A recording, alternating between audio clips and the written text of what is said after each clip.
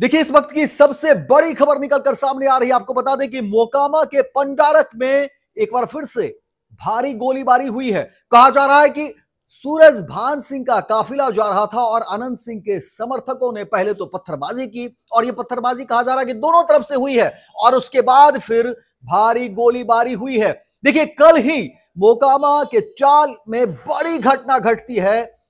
RJD supremo Lalu Prasad Yadav के पुराने बेहद करीबी माने जाने वाले दुलार चंद यादव की हत्या हो जाती है। दुलार चंद यादव की हत्या उस समय होती है जब कहा जा रहा है कि दुलार चंद यादव जनसुराज के प्रत्याशी के समर्थन में चुनाव प्रचार करने के लिए निकल रहे थे, और फिर सड़क पर जो है एक तरफ जनसुराज के प्रत्याशी का जो है काफिला था, तो दूसरी तरफ अनंत सिंह पूर्व विधायक और बाहुबली माने जाने वाले अनंत सिंह का काफिला जो है, और जब सीधे सड़क पर आमने सामने हुआ तो दोनों तरफ से फिर जो है नोकझोंक हुई, और फिर बात हाथापाई पर भी आई, फिर पत्थरबाजी हुई, और उसके बाद देखिए कहा जा रहा है कि भारी गोलीबारी भी हुई और उसमें दुलार चंद यादव की हत्या कर दी जाती है। और बड़ा आरोप पूर्व विधायक बाहुबली अनंत सिंह के ऊपर लगे। हालांकि अनंत सिंह जो है कहा जा रहा है कि उसके बाद से कल से ही चुनाव प्रचार रोक दिया है। अनंत सिंह कहीं निकल नहीं रहे हैं, कई तरह की बातें कही जा रही है, और कहा जा रहा है कि आखिर सरकार का क्या समर्थन अनंत सिंह को मिल रहा है इस पूरे प्रकरण में।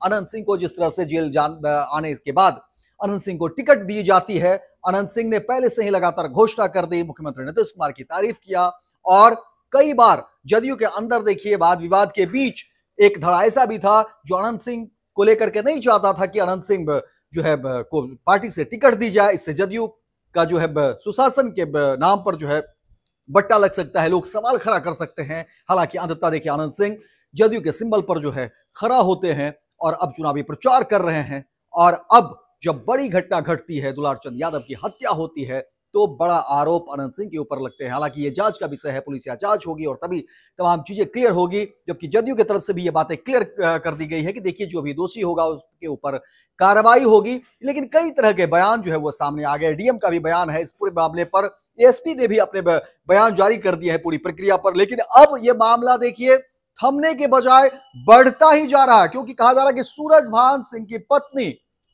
भी बीना देवी चुनावी मैदान में है, अनंत सिंह के खिलाफ है, और अब मोकामा में कहा जा रहा है वर्चस्व की लड़ाई। यानी वर्षों पहले जो मोकामा गोलियों के तरतराहट से गूंजा करता था, एक बार फिर से मोकामा में वही स्थिति जो है दोहराई जा रही है। एक बार फिर से वर्चस्व की लड़ाई मोकामा में देखी जा रही है। और कल जिस तरीके से दुलार चंद यादव की हत्या हुई, और अब सूरजभान सिंह के काफिले पर बड़ा हमला हुआ है, पत्थरबाजी हुई है, गोलीबारी हुई है, और बड़ा आरोप पूर्व विधायक बाहुबली अनंत सिंह के ऊपर लग रहे हैं। कहा जा रहा है कि अनंत सिंह के समर्थकों ने पत्थरबाजी की, गोलीबारी की, और वर्चस्व की लड़ाई अब एक बार फिर से मोकामा में दिख रही है। तस्वीरें सब कुछ देखिए, तमाम तस्वीरों में जो है ये तमाम चीजें निकलकर सामने आ रही हैं, किस तरह से पत्थरबाजी और गोलीबारी की आवाज भी आ रही है।